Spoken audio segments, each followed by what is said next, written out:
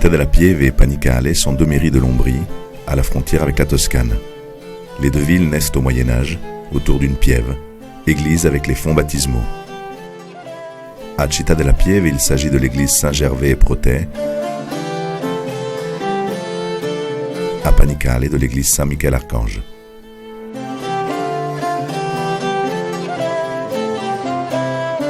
Città della Pieve, toujours rebelle à la Pérouse guelfe, fidèle au pape, qui l'a soumise en 1188, a été une ville gibelline, fidèle à l'empereur, libre, sous la protection de Frédéric II.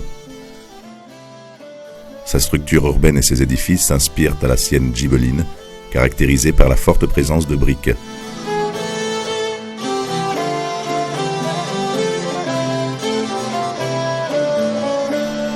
Le centre urbain de Panicale, qui surplombe comme une terrasse naturelle le lac Trasimène, se développe de manière circulaire autour de 3 places, disposées en axe vers le haut de la colline. En bas se trouve la place ancienne de la mairie, où se dresse le palais prétorien, situé en face de la fontaine en travertin. Un peu plus haut se situe la place de la collégiale de Saint-Michel-Archange. Au sommet du col, sur une petite place, s'érige le palais gothique du maire. Città della Pieve et Panicale s'insère dans un paysage caractérisé par des douces collines qui dominent le lac Trasimène et la Val di Chiana. Cet environnement a inspiré les célèbres paysages du Pérugin, qui est né à Città della Pieve vers 1450.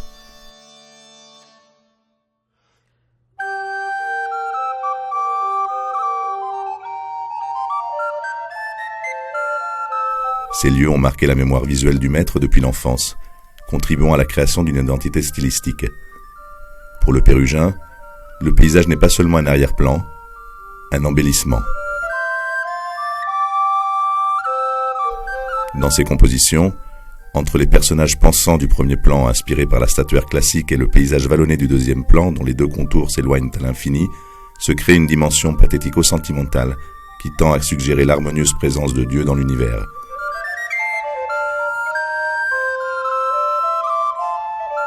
Cette poétique, qui unit le rêve de l'Antiquité typique de la Renaissance avec l'expression des aspects d'intériorisation religieuse, est la base de la grande renommée du Pérugin dans toute l'Italie dans les 20 dernières années du XVe siècle.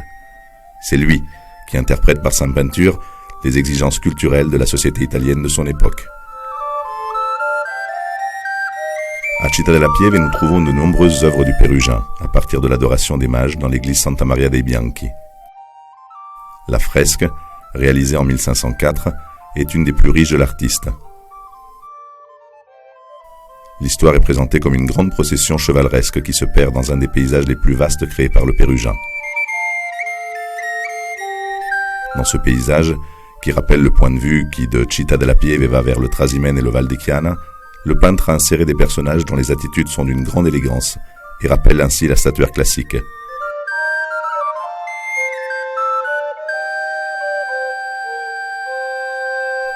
Les rois mages, ceux qui tiennent les coupes, sont habillés de façon mi-antique, mi-moderne. Ils portent en effet des costumes en soie de Damas, tissu qui se vendait au temps du Pérugin, recouvertes par des capes comme des toges romaines. L'artiste souhaite ainsi évoquer qu'il n'y a pas de séparation entre le monde ancien et le monde moderne. L'Antiquité revit de nos jours, c'est alors la Renaissance. Christ est né dans un jour clair de printemps. En effet, si sa venue a apporté une révolution dans le monde, la saison qui sied à sa naissance ne peut qu'être le printemps, quand la nature se régénère dans son processus vital incessant.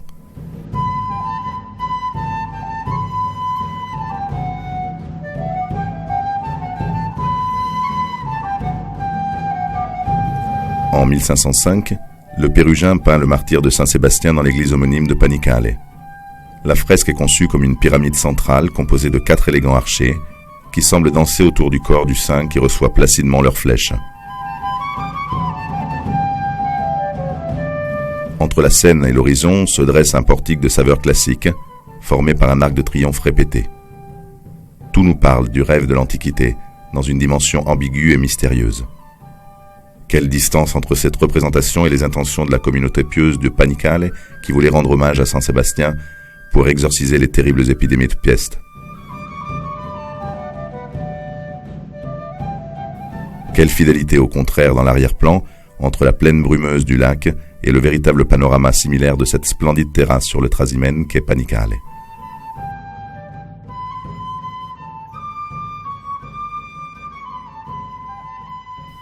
Dans cette fresque, le Pérugin reconfirme son langage des compositions qui l'ont rendu célèbre sur la fin du XVe siècle. Il suffit de penser à la place en perspective du premier plan, qui rappelle la célèbre remise des clés à Saint-Pierre de la chapelle Sixtine à Rome. Le paysage du lac brumeux est un hommage nostalgique à Leonardo da Vinci.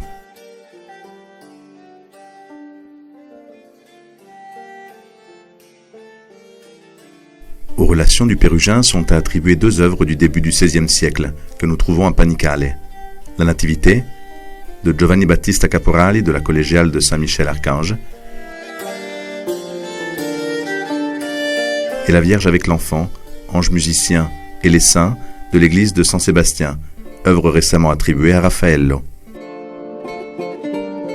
Dans la première, l'artiste s'inspire d'une composition analogue du Pérugin présente dans le Cambio de Perugia. Le paysage anticlassique de Tempête met en évidence ses contacts avec la peinture du Nord.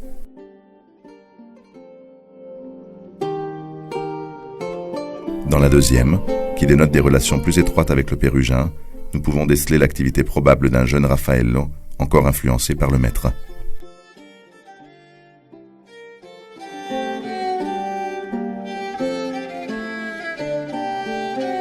À l'intérieur de la cathédrale de Città della Pieve, il y a deux tableaux du Pérugin, le baptême du Christ et la Vierge en gloire et saint.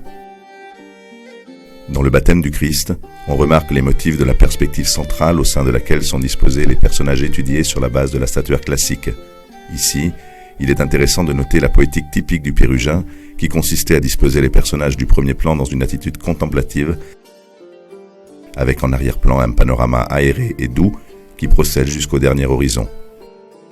Il se crée ainsi une dimension pathétique et sentimentale qui suggère une intime exigence religieuse, vouée à exprimer la relation étroite entre l'homme et la présence harmonieuse de Dieu dans l'univers.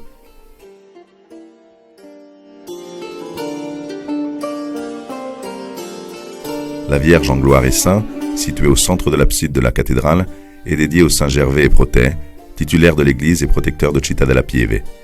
Ces saints sont deux drapeaux avec l'emblème de la ville, le château sur un champ rouge.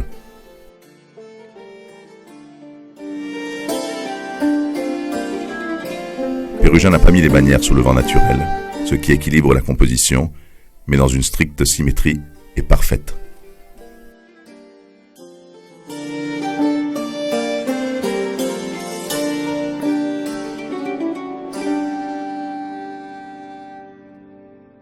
Nous rejoignons enfin l'église de Santa Maria dei Servi, où le Pérugin a peint en 1517 la déposition de la croix. La fresque, en partie incomplète, est l'un des fruits d'un des moments les plus élevés de la production du Pérugin, désormais vieillissant. Il décédera en 1523.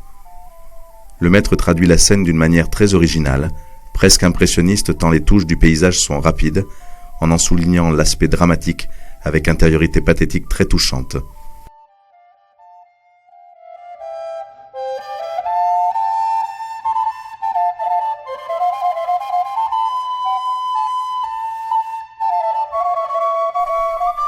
Deux importantes manifestations qui se déroulent à Città della Pieve et s'inspirent au Pérugin, chaque été. Le Palio dei Terzieri et l'Infiorata de Saint Louis Gonzague.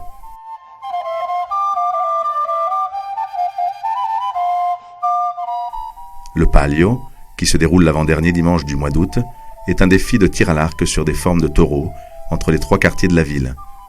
Le défi est précédé par un défilé historique d'environ 700 figurants en costume de la Renaissance.